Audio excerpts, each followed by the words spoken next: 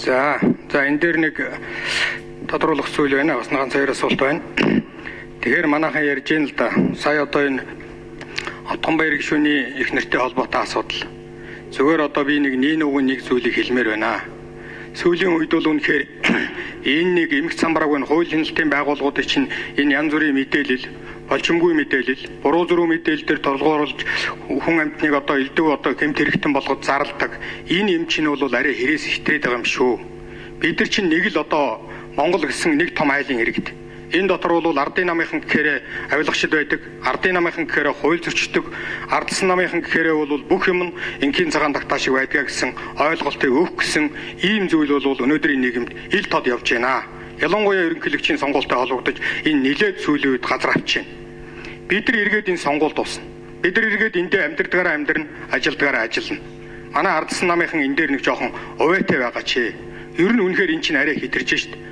Ямар ч хүн бодсон гэсэн эдийн засгийн цагдаагийн газар нь 300 сая доллар хүний дансаар дамжаад гарсан гэхэд Монголын бүх арилжааны банкнуудын жилийн ашигнаас бараг 2 дахин их мөнгө ингээ яваад гарчиж яхад чинь одоо энэ үнийг нэг хүн дамжуулсан байна гэд эхнэрийг барьж аваад 21-д чинь арай дэндэж байгаа юм шүү.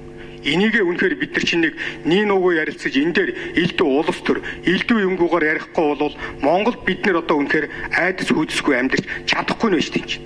Юм л бол авилга авсан байна. Юм л бол шоронд хийн. Юм л бол одоо ял толгоно, ялын дүгнэлт чинь. Энэ бол хэрэг сэтэрч юм шүү. Энийг би зүгээр яг нүгөө хэлэхэд бол их хурлын гишүүний хувьд, иргэн хүний хувьд нөхөр ёсоор би та бүхэнд бол хандаж энэ удаа хэлмээр байна. Энэ ерөнхийлөгчийн сонгуульд бол энэ цадгаа алдж байна. Амлалтгээ та нар бодоод үзэлтэй. Өнөөдөр үнэхээр 5 хүүхдийг одоо харуул цэцэрлэгт мөнгө өгнөлгөн. Гэхдээ хүүхдээ харж байгаа хүнийг мөнгө өгнөлгөн. Ямар юм гинэ бас нэг хөнгөлөлттэй нөхцлөөр ийм байдлаар мөнгө өгнөлгөн. Бензиний шатгууныг 50 төгрөгөөр одоо үнийг буурууллаа л гэн. Энэ мэтчлэнгээр эн чинь сонгуулийн өмнө баах юм хийгээд байдаг. Гэтэл хуулийн хүрээнд сонгуулийн үед үйл ажиллагаагаа явуулсан хүн нь болохоор бол хэрэг үүсгэчихэд явж байдаг.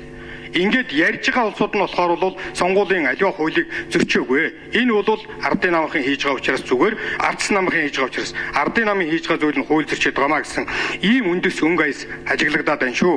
Энэн дээрээ тав хүн маань бас нэг юу хийгээрээ. Дүгнэлт хийгээрэй гэж би зүгээр одоо хүсэж байна.